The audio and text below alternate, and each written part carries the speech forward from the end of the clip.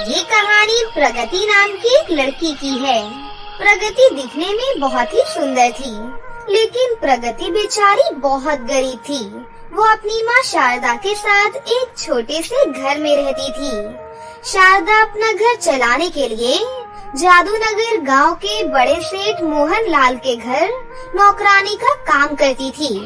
शारदा को सेठ के घर काम करते हुए कई साल बीत गए थे, क्योंकि प्रगति के पिता के गुजरने के बाद घर की सारी जिम्मेदारी अब शारदा के कंधों पर आ गई थी।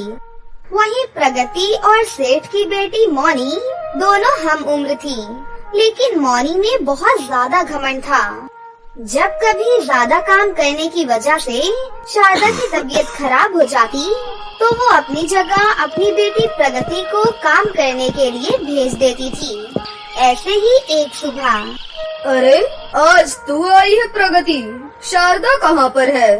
वो सेठानी जी, माँ को बुखार है, बहुत तेज हो रहा था, तो मैंने दवाई देकर उन्हें आराम करने को बोला है।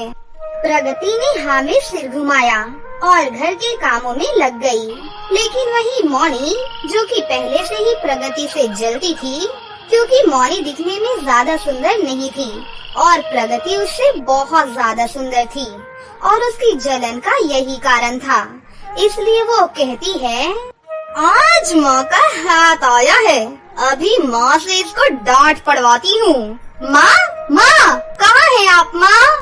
मौनी के चिल्लाने की आवाज सुनकर उसकी माँ उसके पास आई। माँ, ये सब क्या है? ये मेरी इतनी महंगी ड्रेस पर जूस के दाग कैसे पड़ गए? वो देखो माँ, प्रगति के हाथ में जूस का जग है, जरूर इसने जानबूझकर मेरी ड्रेस पर जूस गिराया होगा। माँ, ये मेरे जन्मदिन की ड्रेस है, आपको पता है ना, मैं स्पेशली कितनी महंगी खरीद कर लाई थी। प्रगति इधर आ, तुझे तो मैं अभी बताती हूँ। अरे आँखों की अंधी, तूने मेरी बेटी के जन्मदिन की ड्रेस को खराब कर दिया। पता भी है कितने की ड्रेस है ये? सेठानी जी, मैंने तो कोई भी जूस नहीं गिराया, ये जग तो मैं गार्डन से उठा कर लाई हूँ। माँ, मुझे कुछ नहीं पता, मेरी ये ड्रेस खराब हो चुकी है, अब मुझे नई ड्रेस दिलवाओ बस, और इसके पैसे काट लो। इसे इस महीने के 1 भी रुपए देने की जरूरत नहीं है। मौनी ये सब कह ही रही थी कि तभी उसके पापा वहाँ पर आ जाते हैं। अरे, इस महीने के पैसे काटने की क्या जरूरत है? बेटी मौनी, इससे अपने जन्मदिन पर घर के सारे काम करवाओ। सुबह से लेकर रात तक जो भी मेहमान आएंगे, सबकी खातिरदारी यही करेगी। हाँ जी, यही बिल्कुल ठीक रहेगा। सुन प्रगति, 2 दिन बाद मौनी का जन्मदिन है, तो दिन भर मौनी के जन्मदिन के सारे काम देखेगी, और एक भी काम गलत नहीं होना चाहिए, समझी? ठीक है सेठानी जी, मैं आ जाऊंगी। उसके बाद प्रगति घर आ गई और उसने अपनी माँ को वो सारी बातें बताईं। ये सुनकर उसकी माँ ने कहा, प्रगति मेरी बच्ची, कल मेहमान आएंगे, उनके सामने मैं सोच रही थी कि तू कोई अच्छा सा लहंगा पहन ले।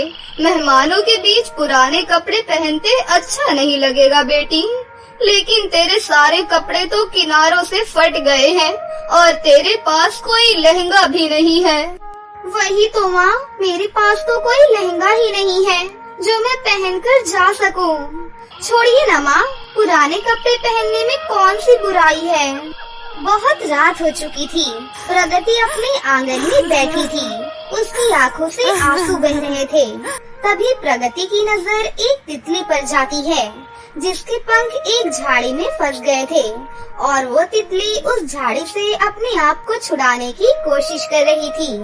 फिर प्रगति पेड़ों की उस झाड़ी के पास जाती है और बहुत ही आराम से उसके पंखों को झाड़ी से छुड़ा देती है। तुम बहुत अच्छी हो प्यारी लड़की, तुमने मेरे पंख झाड़ी से छुड़ा दिए। मेरे पंखों में बहुत दर्द हो रहा था, बोलो मैं तुम्हारी क्या मदद कर सकती हूँ?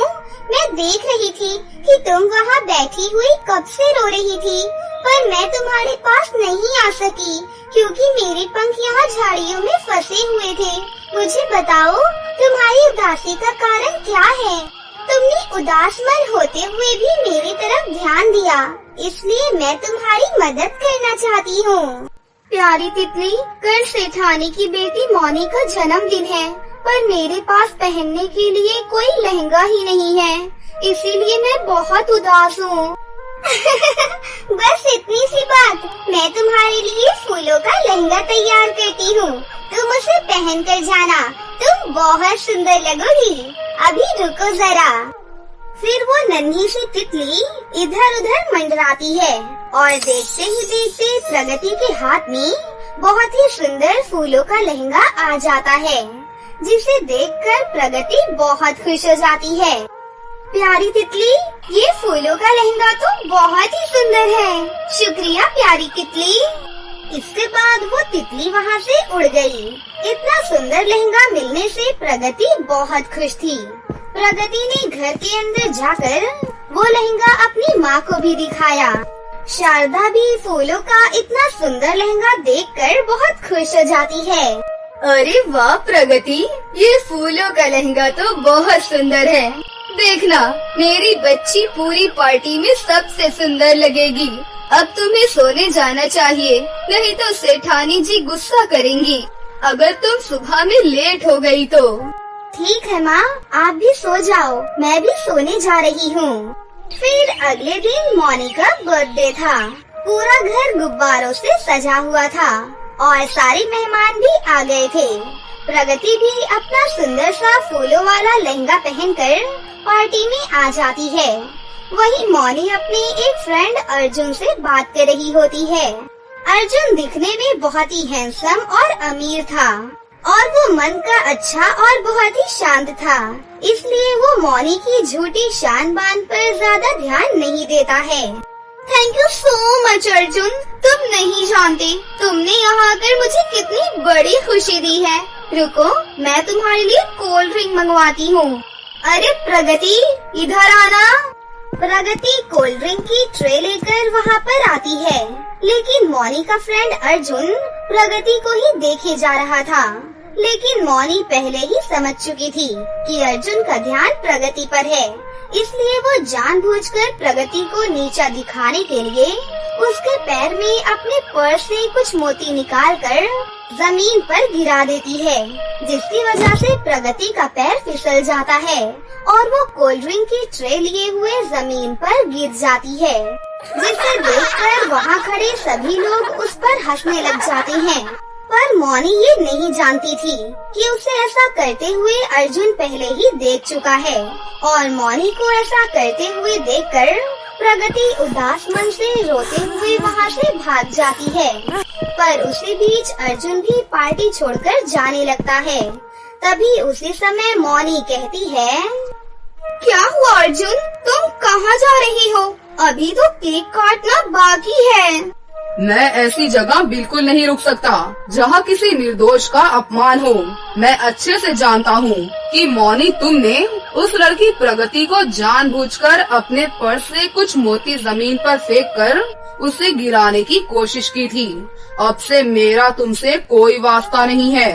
फिर अर्जुन गुस्से में वहाँ से चला जाता है। उसके 2-3 दिन तक शारदा और प्रगति काम पर नहीं आई।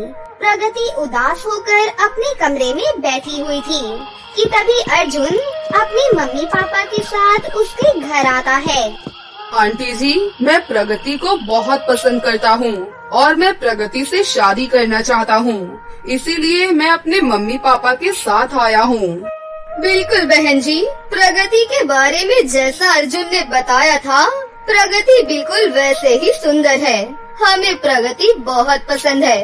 बस आप शादी की तैयारियां कीजिए और हमें दहेज में कुछ भी नहीं चाहिए। सबकी बातें सुनकर प्रगति शर्मा जाती है, साथ ही वो बहुत खुश भी थी। वहीं शारदा बेहद खुश थी कि उसकी बेटी का संसार खुशियों से भर उठा। और कुछ दिन बाद धूमधाम से प्रगति और अर्जुन की शादी हो जाती है। प्रगति की किस्मत अब बिल्कुल बदल गई थी। अपने जीवन में अर्जुन जैसा अच्छा इंसान पाकर प्रगति बहुत खुश होती है और मन ही मन उस नन्ही तितली को धन्यवाद कहती है।